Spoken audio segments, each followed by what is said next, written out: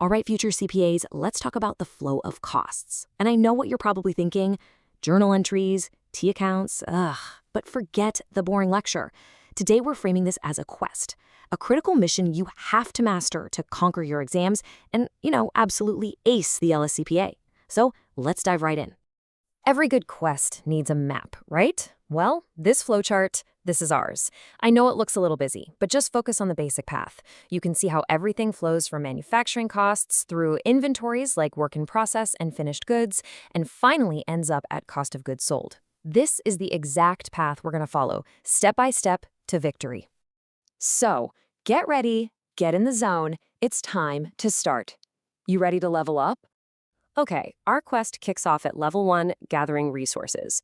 In the accounting world, our resources are just our raw materials. This is our first stop. Simple enough. So, what exactly are raw materials? It's all the stuff you buy to make your product. The wood for a desk, the cotton for a t-shirt. Basically, this account is your stockpile, where you keep all the goods before you start building. Now, let's check out our game board for this level. For asset accounts, like inventory, think of it like this. Debits mean you're adding to your stash. So when you buy materials, they come in. That's a debit on the left side. Then when you send those materials out to the workshop, they go out. And that's a credit on the right. In and then out. That's the whole game here. So the two main moves are super straightforward. Step 1, you buy materials. You debit raw materials. That adds to your stockpile. Step 2, the workshop needs those materials, so you credit raw materials to send them over. If you can master this simple debit-credit flow, you've beaten this level. And here's a quick study hack to lock this in for the LACPA. Just think of the raw materials account like your own bank account. When you make a deposit, money goes in. That's a debit. When you make a withdrawal, money goes out. That's a credit. Purchases are your deposits, and using them is your withdrawal. Easy. Awesome. Resources are gathered. Time to move on to level 2, the workshop. This is where things really start to happen. We're talking about the work in process account, or as everyone calls it, WIP. So the WIP account is basically the factory floor. It's the assembly line, the crafting table.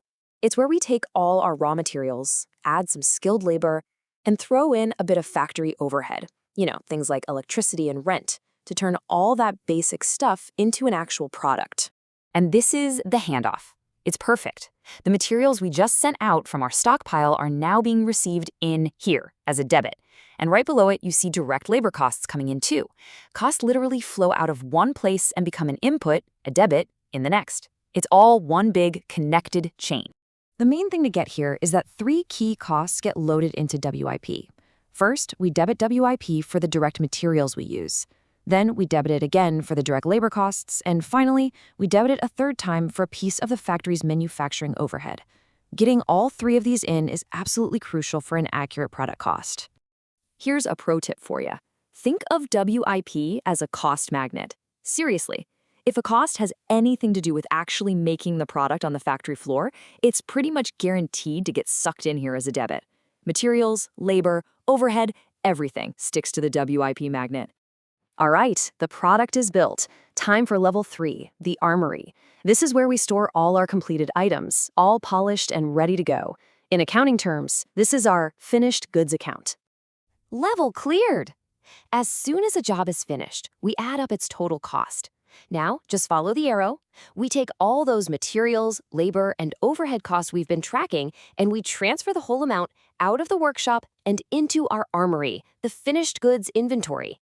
And the journal entry for this move? It's a perfect mirror of what we've been doing.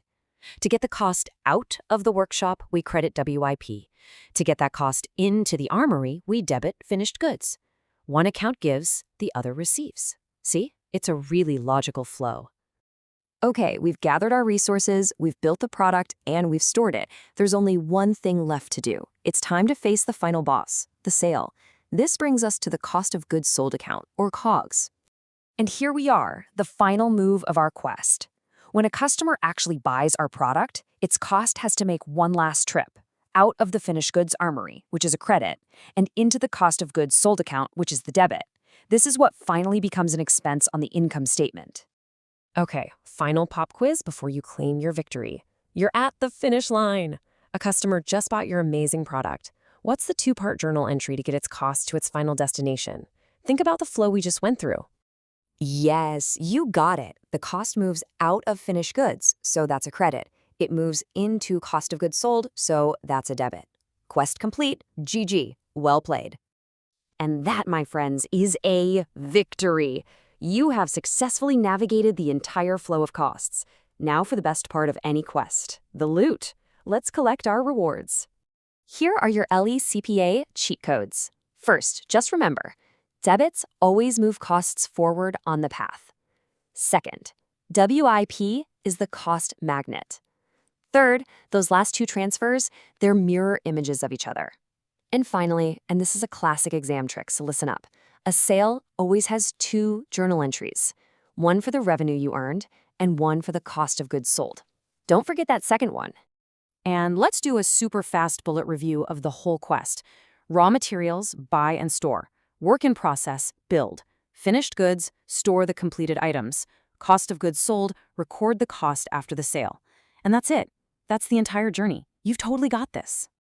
So, you've officially mastered the flow of costs. You followed the map, you beat every level, and now you get the entire journey from start to finish. The only question left is, with this new skill unlocked, what part of the accounting world are you going to conquer next?